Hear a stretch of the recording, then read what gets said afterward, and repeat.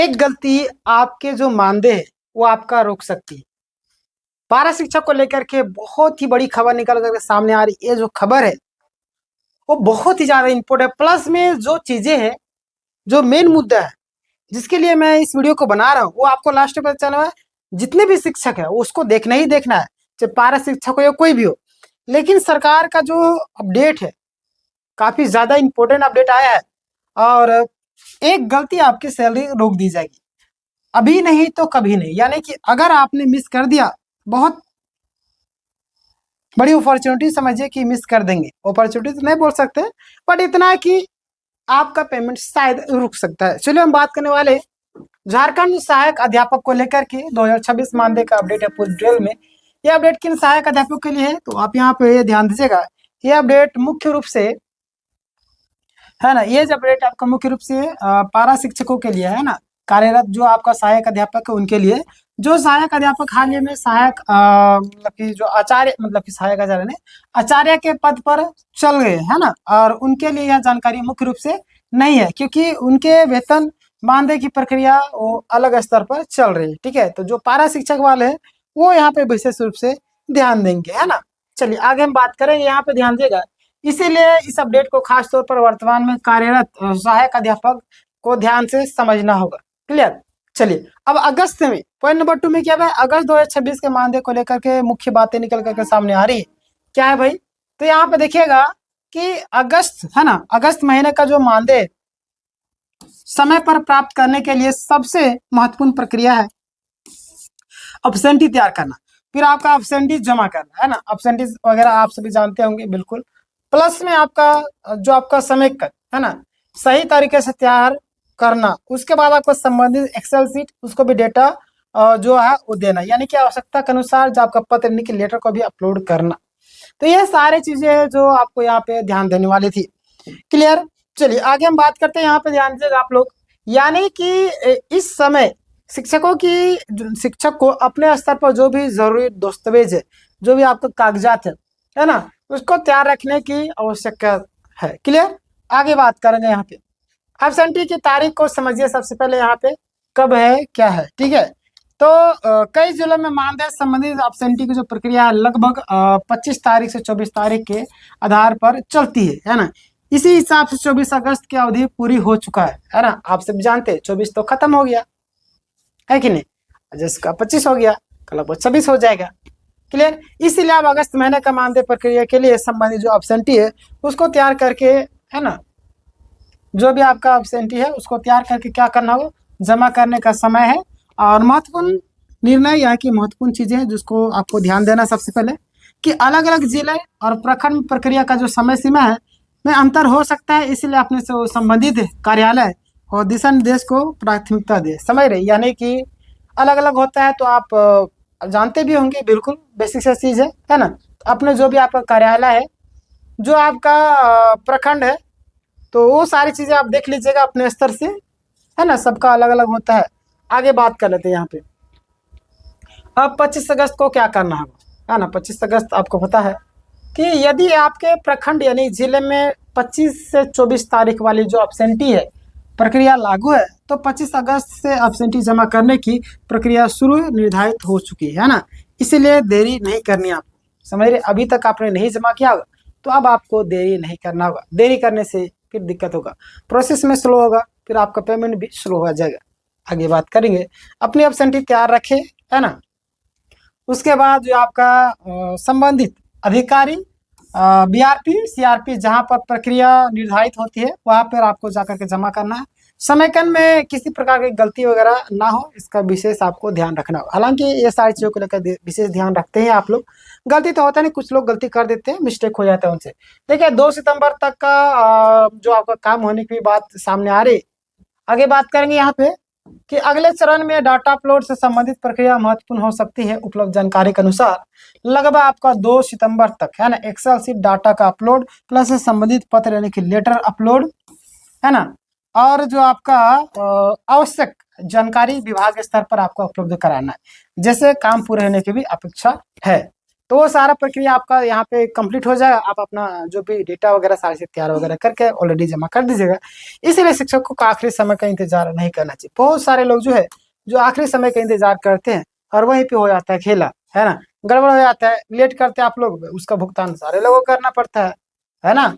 आपकी गलती का भुगतान पूरा डिस्ट्रिक्ट उठाता है। देखिए एक्सेल शीट में क्या करना होगा, तो एक्सेल शीट में वही आवश्यक जो जानकारी देनी है जो आप विभाग प्रखंड के द्वारा मांगी जाए, प्लस इसमें सामान्यतः शिक्षक से जो संबंधित मानदेय और उपस्थिति से जो डेटा वगैरह जो सामग्री है, मतलब जो जानकारी है वो हो सकती है ना।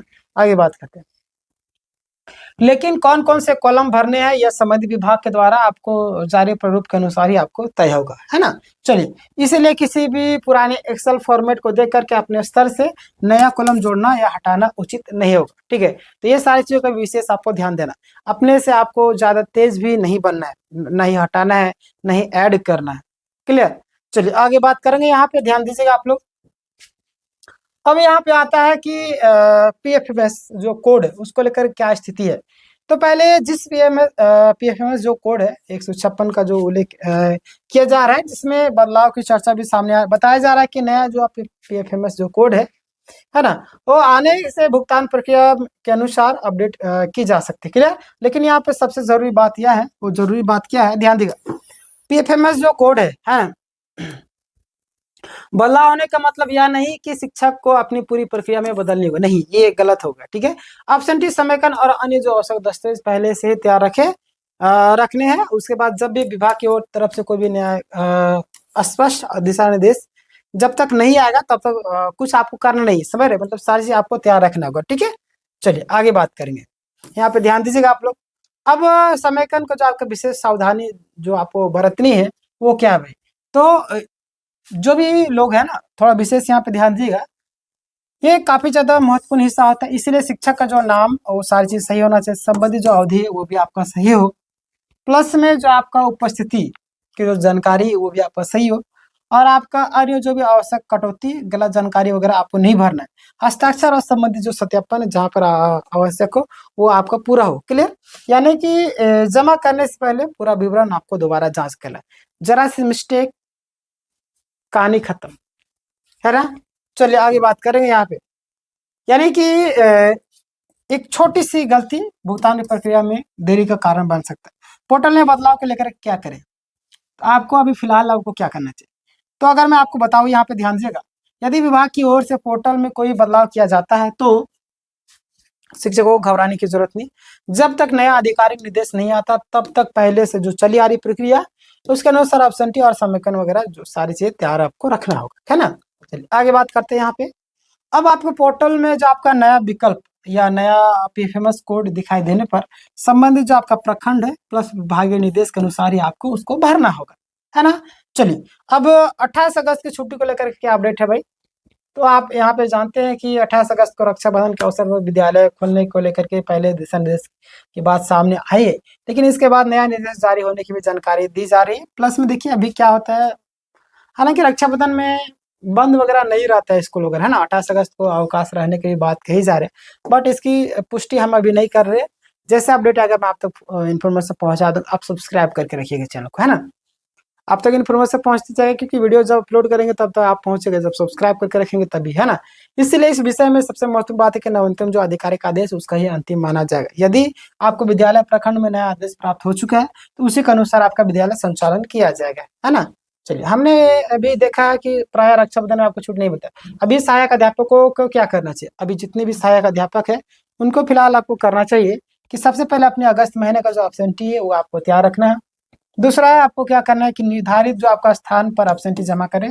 तीसरा समेकन के जो आपका अच्छी तरह से जांच वगैरह जांच करके जमा करना है। चौथा आपका एक्सेल शीट में जो आपका आवश्यक डाटा वो सारे तैयार रखना है। पांचवा आपका संबंधित पत्र यानी लेटर को आपको तैयार रखना है। अगला आपके सामने आता है कि छठा में, है ना, 2 सितंबर के आसपास में बताई जा रही डाटा का अपलोड प्रक्रिया तैयार रखना है। सातवां के पीएफएमएस जो आपका कोड है उसको लेकर आधिकारिक अपडेट का इंतजार करना है, गलत कोड वगैरह कोई प्रक्रिया ना करे, है ना। उसके बाद आपका अपने जो भी आपका बीआरपी से आपके प्रखंड कार्यालय में प्राप्त नवीनतम निर्देशों का उसको प्राथमिकता देना है ना, वहां पे जो अधिकारी रहेगा। अब सबसे महत्वपूर्ण सावधानी कि अगस्त 2026 है ना, सबसे जो यहाँ पे आप सावधानी बरतनी है, अगस्त 2026 के मानदेय को लेकर के एब्सेंटी जमा करने में देरी नहीं करनी चाहिए। साथ ही साथ 2 सितंबर तक डाटा पत्र अपलोड करने जो संबंधित बात है विभागीय अधिकारी निर्देश के अनुसार ही आपका अंतिम माना जाएगा। यानी कि अगर हम पहले कर देंगे तो फिर दिक्कत हो जाएगा ना, क्योंकि मानदेय भुगतान प्रक्रिया में जिला और प्रखंड स्तर पर आपका प्रक्रिया अलग हो सकती है। ठीक है, चलिए आगे बात करेंगे। इसीलिए जितने भी शिक्षक हैं अपने स्तर पर एब्सेंटी समेकन वगैरह जो आवश्यक डाटा तैयार रखें, संबंधित कार्यालय के द्वारा दिए गए दिशा निर्देश के अनुसार ही आपको जमा करना होगा। तो यह था आज का पूरा का अपडेट जो कि मैंने आपको बताया। हालांकि छुट्टी रहेगी या नहीं, हालांकि छुट्टी तो उपाय नहीं रहता, लेकिन जैसा अपडेट आ गया मैं आप तक इन्फॉर्मेशन पहुंचा दूंगा। आप टेलीग्राम में जुड़ कर डिस्क्रिप्शन में लिंक मिलेगा। बाकी वीडियो को शेयर कीजिए। ऐसे और इन्फॉर्मेशन पाने के लिए आप हमारे चैनल को सब्सक्राइब कर सकते हैं। धन्यवाद।